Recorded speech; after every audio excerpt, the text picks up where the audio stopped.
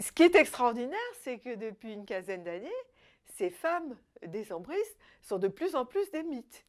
Dans les villes, vous trouvez des statues de femmes décembristes. Alors on ne va pas dire que c'est Pauline, que c'est Maria, que c'est Katia, que c'est Elisabetta, ce sont des synthèses.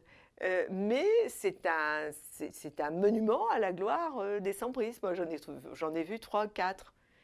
Pas dans toutes les villes, mais ça existe. Et ce sont de très belles statues de bronze.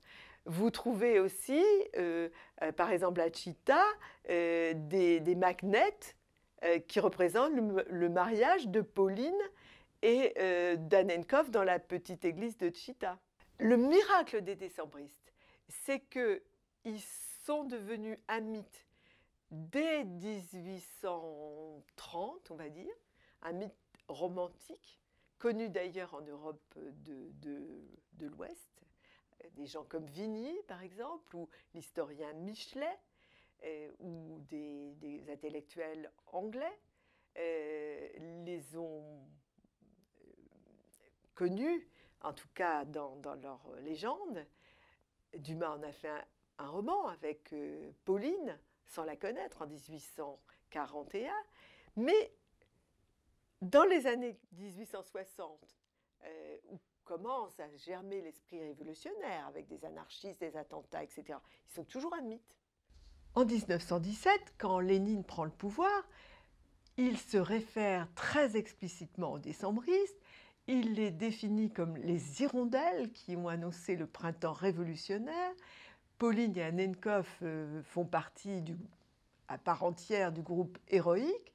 Et un peu plus tard, en 1926, on tourne un film qui va exalter l'épopée décembristes. C'est un film muet, mais on exploite à plein l'épisode hyper romanesque et pourtant réel de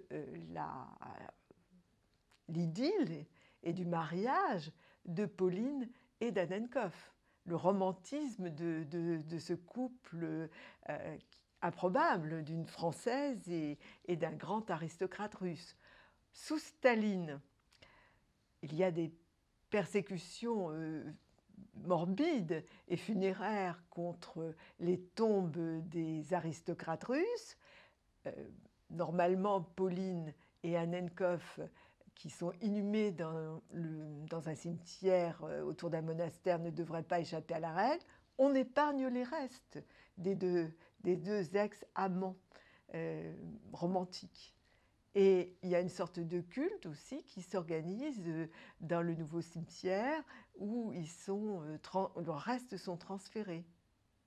Sous Khrouchtchev, un opéra est consacré à Pauline avec la bénédiction du Soviet suprême. En 1975, pour le 150e anniversaire de la révolution décembriste, on finance un film à grand spectacle sur les femmes décembristes, qui est toujours un film culte. Et de nos jours, quand l'opposant Khodorkovsky à Poutine est interné dans la prison de Chita et que sa femme vient le voir tous les week-ends en avion pour le soutenir, c'est quand même 6 heures de vol, bon, elle a de l'argent, eh bien un débat s'ouvre dans la société russe. Est-elle une femme décembriste? Est-elle une décabrista?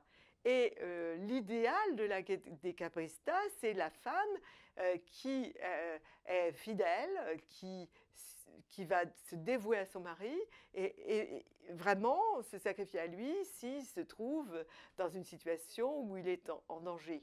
Et ça reste un mythe important dans l'inconscient collectif des femmes russes, je pense.